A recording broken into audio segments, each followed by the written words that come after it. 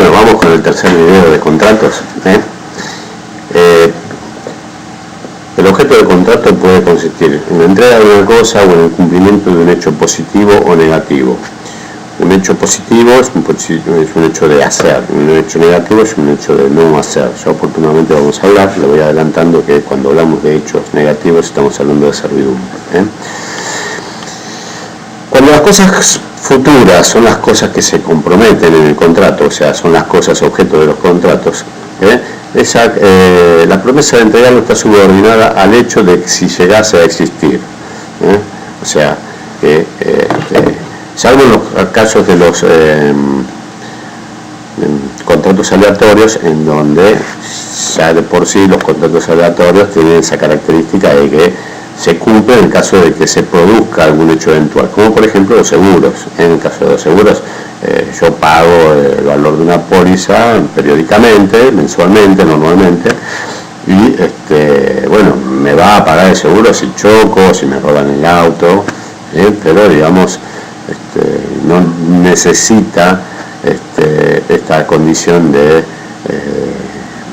si llegara, o sea, son contratos donde se presta algo cierto, no una cosa eventual. Las cosas ajenas pueden llegar a ser parte de los contratos, pero el que promete entregar cosas ajenas, si el que promete entregar cosas ajenas no hubiese garantizado el éxito de la promesa, solo estaba obligado a emplear todos los medios necesarios para que se cumpla con lo comprometido. Ahora, si él tiene la culpa de que la cosa ajena, que hoy es ajena y que después en el futuro no se entregue, debe satisfacer pérdidas e intereses, o tendrá que, digamos, dicho de otra manera, tendrá que responder por daños y perjuicios por haber garantizado algo que después no pudo cumplir. El que contrata cosas ajenas como propias está cometiendo un delito de estelionato y es responsable también por daños y perjuicios por haber cometido ese delito. También comete el delito de estelionato toda aquella persona que hace constar como libres todas aquellas cosas que no lo son, como ser cosas que están empeñadas, cosas que están hipotecadas o embargadas. ¿Por qué? Porque la otra parte no tiene por qué saber si esa persona está comprometiendo bienes o medios que están comprometidos. Hay una cantidad de situaciones una cantidad de situaciones de contrato, podríamos decir, que se tiene que hacer sí o sí por escritura pública, ¿sí? Cuando hablamos de transmisión de bienes, ¿sí?, de bienes raíces, ¿sí?, inmuebles, o estamos hablando de grabar con algún derecho real algún bien, tenemos que hacerlo sí o sí con escritura pública, ¿sí? Las particiones extrajudiciales de herencia, o sea, cuando hay alguna herencia en trámite y yo estoy obligado a hacerlo con una escritura pública, salvo que haya presentado ante el juez de la sucesión un instrumento privado que por lo tanto va a constar en el expediente. Entonces, si esa situación se da, yo estoy eximido de presentar, de firmar un contrato con una escritura pública, pero si no, va a escritura pública.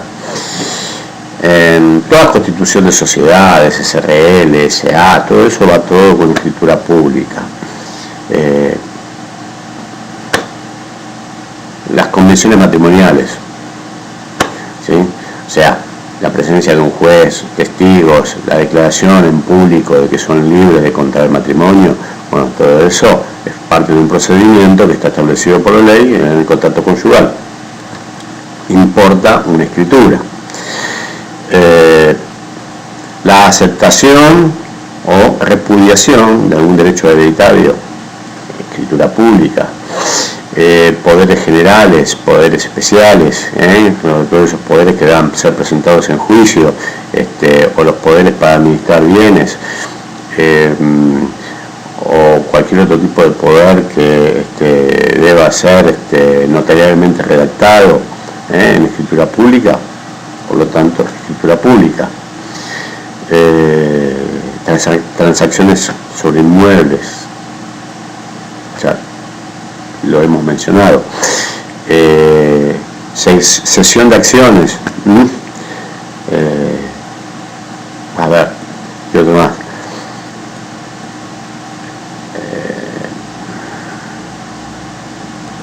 Todos los actos accesorios que han sido redactados en algún contrato que sí o sí tuvo que hacerse en escritura pública, tienen que también constar, si hay alguna modificación, que en esa redacción debe hacerse constar en esa misma escritura pública, ¿sí?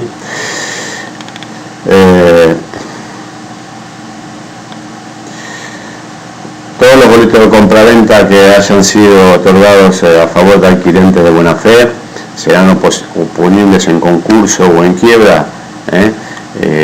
Bueno, entonces siempre y cuando sean hechos por un valor equivalente al 25% o más del precio del inmueble, en cuyo caso el juez podrá, o sea, no es que esté obligado, puede o no disponer en estos casos que se otorgue al comprador la escritura translativa del dominio.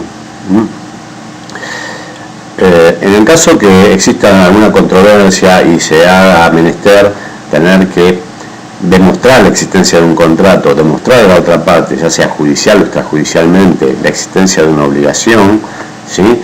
Voy a tener que hacerlo con procedimientos que establecen los códigos procesales. Cada provincia tiene un código procesal que establece la manera de llevar adelante esta demostración.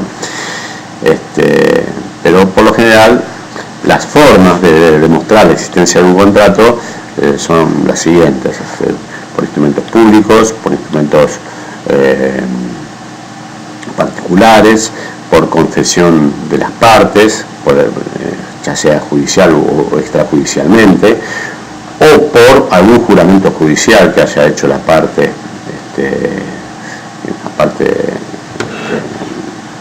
que niega la existencia del contrato. También podemos echar mano de las presunciones legales, ya vamos a ver qué son las presunciones legales. También podemos valernos de testigos para demostrar la existencia de un contrato.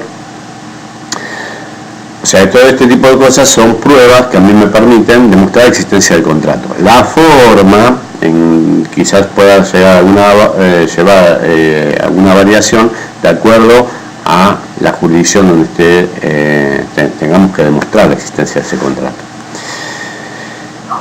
Ahora, podemos considerar también como principio de prueba, no como prueba, principio de prueba, a un documento público o privado que emane de algún adversario de la persona a la cual le queremos demostrar la existencia de ese contrato, ¿sí?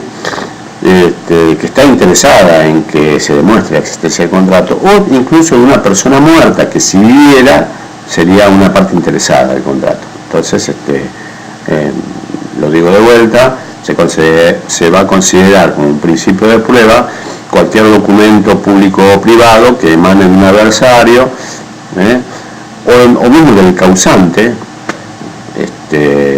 o de la parte interesada en el asunto, que tendría interés y viviese, y que haga verosímil el hecho litigioso, que eche luz sobre la cuestión que está ahí en discusión. Otro concepto que el Código Civil dice es que todos los contratos que sean firmados por un monto superior a 10.000 pesos deben hacerse por escrito y no pueden ser probados por testigos. Cuando estamos hablando de 10.000 pesos o más, ya sabemos, a escribir, y los testigos los dejamos de costado. Y las convenciones hechas en un contrato son parte de una regla a la cual las partes deben someterse como a la ley misma.